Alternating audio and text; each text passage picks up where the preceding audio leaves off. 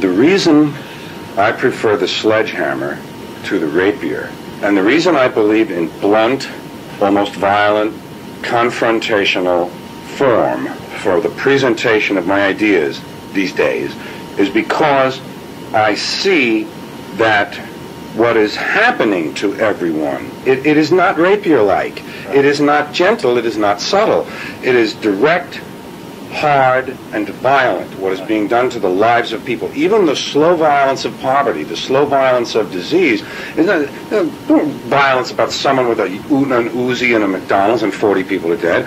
The real violence goes on every day, unheard, unreported, over and over, multiplied millions-fold, and it is not sufficient to have a clever riposte, a clever line. Well, isn't this these capital steps? And the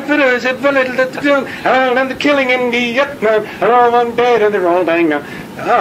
Fuck you, cocksuckers, is my approach. Not to them, I mean to the world, yes, to the leadership. Sure. My response is, when are we going to start assassinating the right people in this country? These political leaders, they work for others. They're functionaries. Don't bother. And why is it, by the way, that all the right-wing guys they tried to shoot survived? Right. Wallace and Reagan. Don't we have any marksmen on our side?